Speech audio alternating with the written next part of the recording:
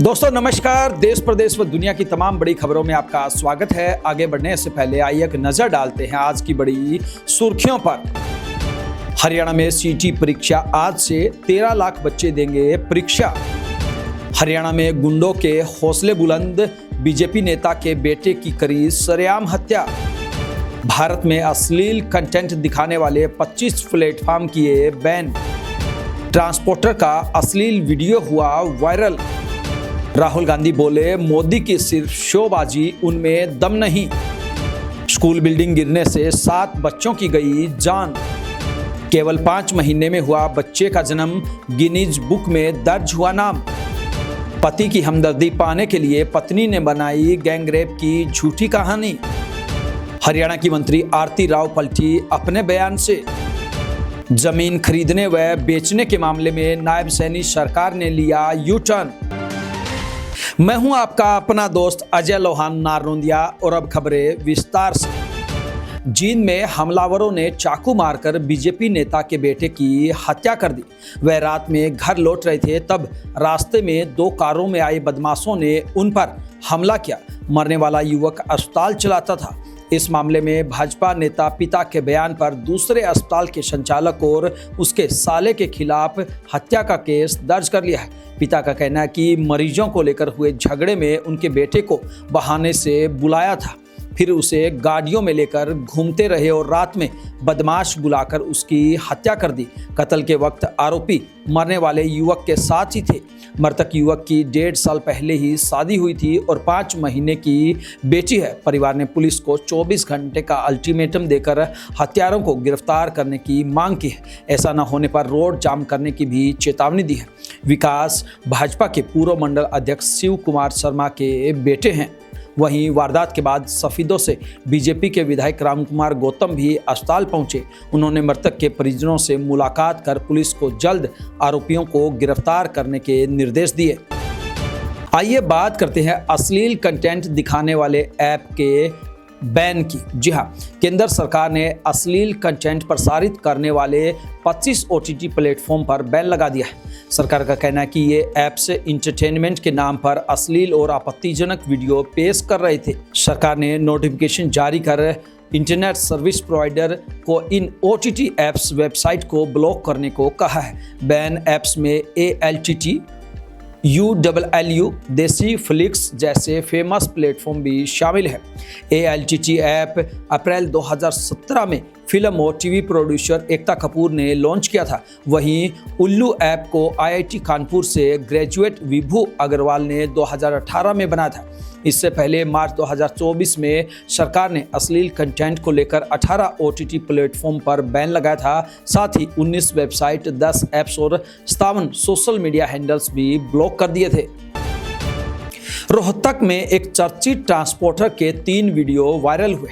इनमें एक वीडियो में वह बंद कमरे में अश्लील डांस करता हुआ नजर आ रहा है। उसके साथ 8 लोग हैं, जिसमें 2 महिलाएं जैसी दिख रही हैं।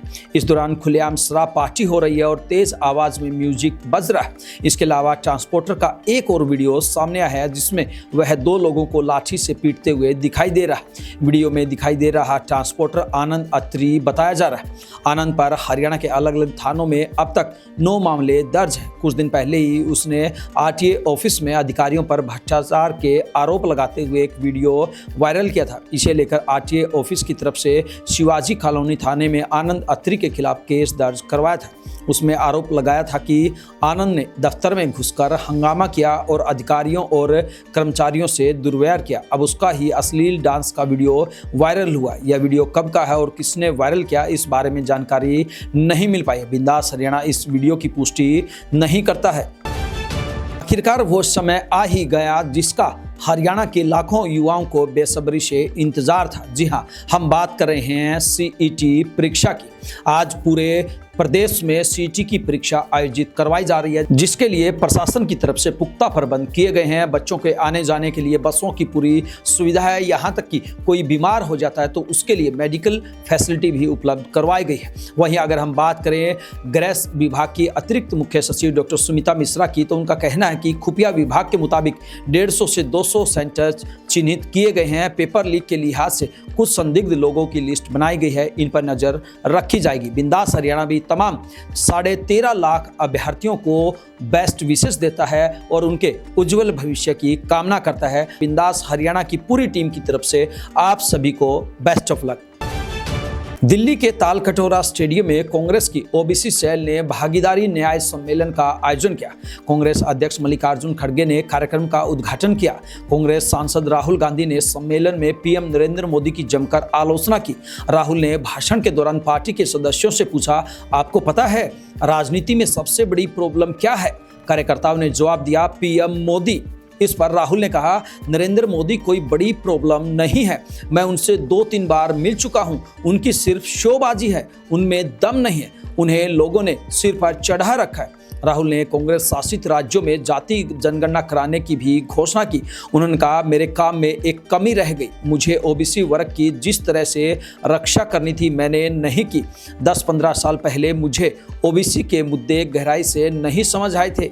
अगर मुझे पता होता तो मैं उसी वक्त जातिगत जनगणना करवा देता। कांग्रेस सांसद ने कहा, हम पहले जाति जनगणना नहीं करा सके, यह कांग्रेस की नहीं मेरी गलती थी, मैं अब इसे सुधार रहा हूं। आप मेरी बहन प्रियंका से पूछिएगा कि अगर राहुल ने किसी काम के लिए मन बना लिया तो उस बात को वो छोड़ेगा या नहीं। मैं नहीं छोड़ने वाला हूं। सोनीपत में हरियाणवी सिंगर व एक्टर मीता बरोदा पर फायरिंग हुई है। फायरिंग उस वक्त हुई जब वह फार्म हाउस की साइट पर दोस्तों के साथ बैठे थे। इसी दौरान एक युवक गाली गलौज करते हुए वहां आया और पिस्टल निकालकर पहले 2 हवाई फायर किए, फिर तीसरी बार में मीता को गोली मारने की कोशिश की, मगर मिस फायर होने की वजह से मीता बच गए। इसके बाद मीता ने मुक्का मारकर आरोपी को नीचे गिरा दिया और उसकी पिस्टल छीन ली।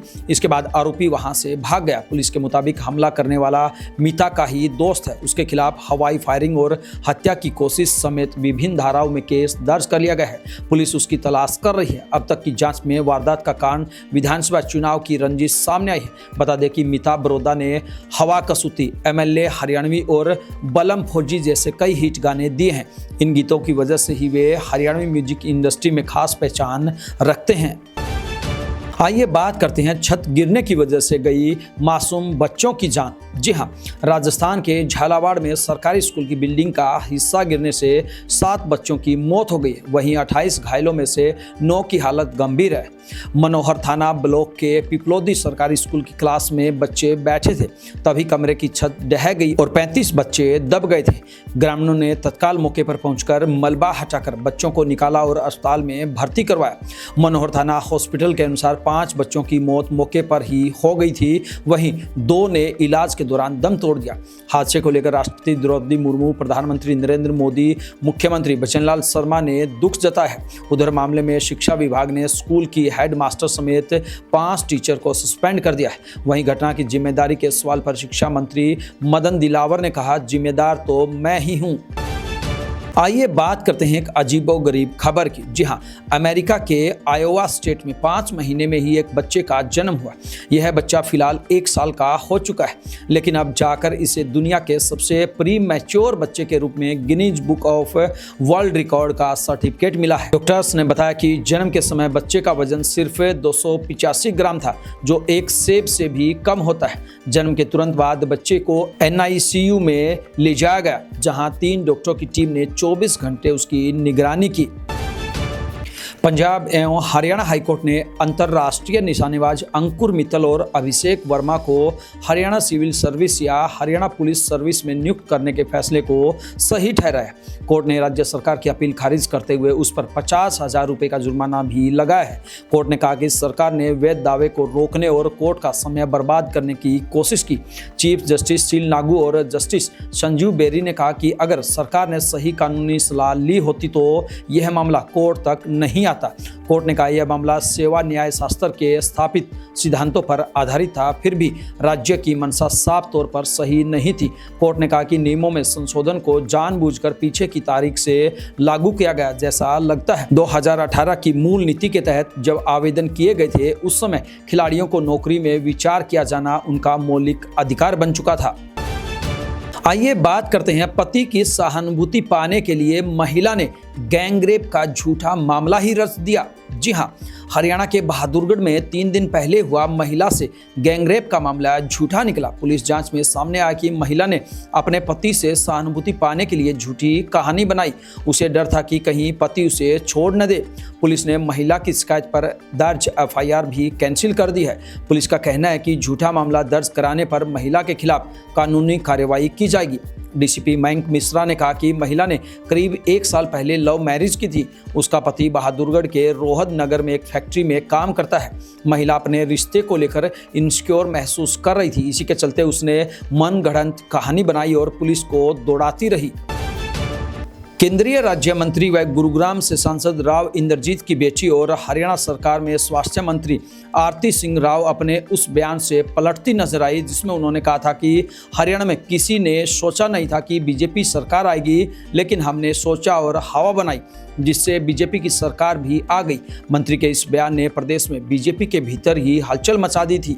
अब पलवल में ग्रीवेंस कमेटी की बैठक लेने पहुंची मंत्री आरती राव अपने बयान से पलट गई है। बैठक में शिकायतें सुनने के बाद जब स्वास्थ्य मंत्री आरती राव से उनके हवा बनाने वाले बयान के बारे में सवाल पूछा गया तो उन्होंने कहा, अगर मैंने कहा है कि दक्षिण हरियाणा के नेताओं और लोगों ने चुनाव में हवा बनाई है तो इसमें कोई दो राय नहीं है। सरकार बनाने में दक्षिण हरियाणा के नेताओं और लोगों का अहम योगदान रहा। जब उनसे पूछा गया कि अगर वे हवा नहीं बनाते तो क्या बीजेपी की सरकार नहीं आती, तो इस सवाल का जवाब देने की बजाय वो उखड़ती हुई नजर आई। उन्होंने कहा कि मीडिया उनसे जो बुलवाना चाह रही है वो बोलने वाली नहीं है। बात करते हैं पूर्व उपराष्ट्रपति जगदीप धनखड़ से जुड़ी बड़ी खबर की। जी हां, इंडिया ब्लॉक ने पूर्व उपराष्ट्रपति जगदीप धनखड़ को फेयरवेल डिनर पर आमंत्रित किया। हालांकि सूत्रों का कहना है कि पूर्व उपराष्ट्रपति विपक्ष न्योते पर डिनर में जाएंगे, इसकी संभावना न के बराबर है। धनखड़ ने स्वास्थ्य कारणों का हवाला देते हुए 21 जुलाई की रात में अचानक देश के 14वें उपराष्ट्रपति पद से इस्तीफा दे दिया था। हालांकि विपक्षी पार्टियों का आरोप है कि केंद्र ने धनखड़ को इस्तीफा देने के लिए मजबूर किया है। 74 साल के धनखड़ का कार्यकाल 10 अगस्त 2027 तक था। संसद में उनके लिए कोई विदाई समारोह नहीं हुआ, नहीं उन्होंने फेयरवेल स्पीच दी। कांग्रेस ने 24 जुलाई को धनखड़ को फेयरवेल देने की मांग की, लेकिन केंद्र सरकार की तरफ से इस पर कोई जवाब नहीं आया। राज्यसभा में 6 सदस्यों को विदाई दी गई थी। धनखड़ उपराष्ट्रपति के अलावा राज्यसभा सभापति भी थे। आइए बात करते हैं नायब सैनी सरकार के यू टर्न की। जी हां, हरियाणा के लोगों के लिए थोड़ी राहत की खबर आई है। 1 अगस्त से कलेक्टर रेट लागू करने के फैसले पर सरकार ने यू टर्न ले लिया है। हरियाणा सरकार ने 1 अगस्त से कलेक्टर रेट बढ़ाने के आदेशों को वापस लिया है। अब इस संबंध में नई चिट्ठी जारी कर कहा है कि जल्द से जल्द कलेक्टर रेट लागू किया जाएगा। हरियाणा सरकार ने पहले चिट्ठी जारी कर कहा था कि 1 अगस्त से कलेक्टर रेट को लागू किया जाएगा। हालांकि अब यह फैसला स्थगित कर दिया गया है। पिछले साल जमीन के कलेक्टर रेट 12 से 32% तक बढ़ाए गए थे। देश की राजधानी दिल्ली के नज़दीक होने के कारण एनसीआर में जमीन बहुत अधिक महंगी है, इसलिए वहां कलेक्टर रेट बाकी जिलों से काफ़ी अधिक रखे गए थे। इनमें रोहतक, पलवल, बहादुरगढ़, सोनीपत, करनाल और पानीपत में 20% और गुरुग्राम, सोना, फरीदाबाद, पटौदी और बल्लभगढ़ के कलेक्टर रेट में 30% तक बढ़ोतरी की गई थी। इस बार भी यहाँ रेट ज़्यादा होने के आसार हैं। हरियाणा के कुरुक्षेत्र में रिटायर्ड एसएचओ के बेटे ने सुसाइड करने की कोशिश की। उसने चाकू और तलवारों से खुद के गले और शरीर के अन्य हिस्सों को काट लिया। पड़ोसियों की सूचना पर पुलिस मौके पर पहुंची तो युवक ने खुद को कमरे में बंद कर लिया। करीब 5 घंटे पुलिस उसके घर के बाहर बैठी रही। सुबह होने पर दरवाजा तोड़कर उसे बाहर निकाला गया। लहू से लथपथ हालत में उसे अस्पताल में भर्ती करवाया गया। इससे पहले युवक ने डायल 112 पर कॉल करके खुद को आईएसआई का एजेंट होने का दावा किया। चंडीगढ़ की लेडी एसपी से गाली गलौज की, देश और सेना के बारे में कई आपत्तिजनक बातें भी कही। इसी के चलते उसके खिलाफ देशद्रोह का केस दर्ज किया गया है। फिलहाल युवक अस्पताल में भर्ती है। पुलिस के मुताबिक युवक की इन्हीं हरकतों से तंग आकर उसके पिता ने सुसाइड किया था। उसका भाई वकील है, उसे सूचना दी गई थी लेकिन उसने आने से मना कर दिया। रोहतक में समाजसेवी नवीन जैहिंद ने भाजपा के पूर्व प्रदेश अध्यक्ष एवं राज्यसभा सांसद सुभाष बराला के पुत्र विकास बराला को हरियाणा सरकार में सहायक महाधिवक्ता यानी कि AAG लगाने पर आपत्ति जताई है। इस दौरान उन्होंने कहा कि एक लड़की के साथ छेड़छाड़ करने के मामले में विकास बराला पर केस कोर्ट में विचाराधीन है। बावजूद इसके विकास को AAG लगाना गैर कानूनी है। नवीन जैहिंद ने कहा कि विकास बराला पर 2017 में एक IAS अधिकारी की बेटी का पीछा करने, अपहरण करने और छेड़छाड़ करने के आरोप लगे हैं। इस मामले में कोर्ट में केस विचाराधीन है, लेकिन सरकार ने किस आधार पर विकास को डबलेजी लगाया और विपक्ष इस मामले में चुप्पी क्यों साधे हुए? क्यों उनकी नियुक्ति पर किसी भी पार्टी की तरफ से सवाल नहीं उठाए जा रहे हैं? ये थी बिंदास हरियाणा पर बड़ी खबरें। अब दीजिए आपके अपने साथी अजय लोहान नारनौंदिया को इजाजत। नमस्कार।